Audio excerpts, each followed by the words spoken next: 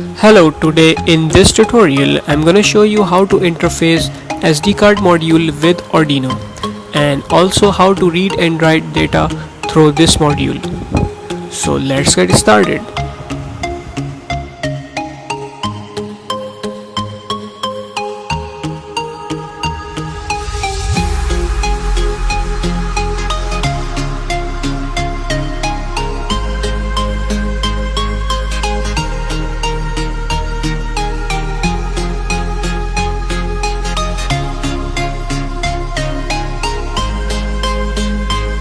For more interesting project, please subscribe to our channel and don't forget to click on bell icon for our recent post notifications.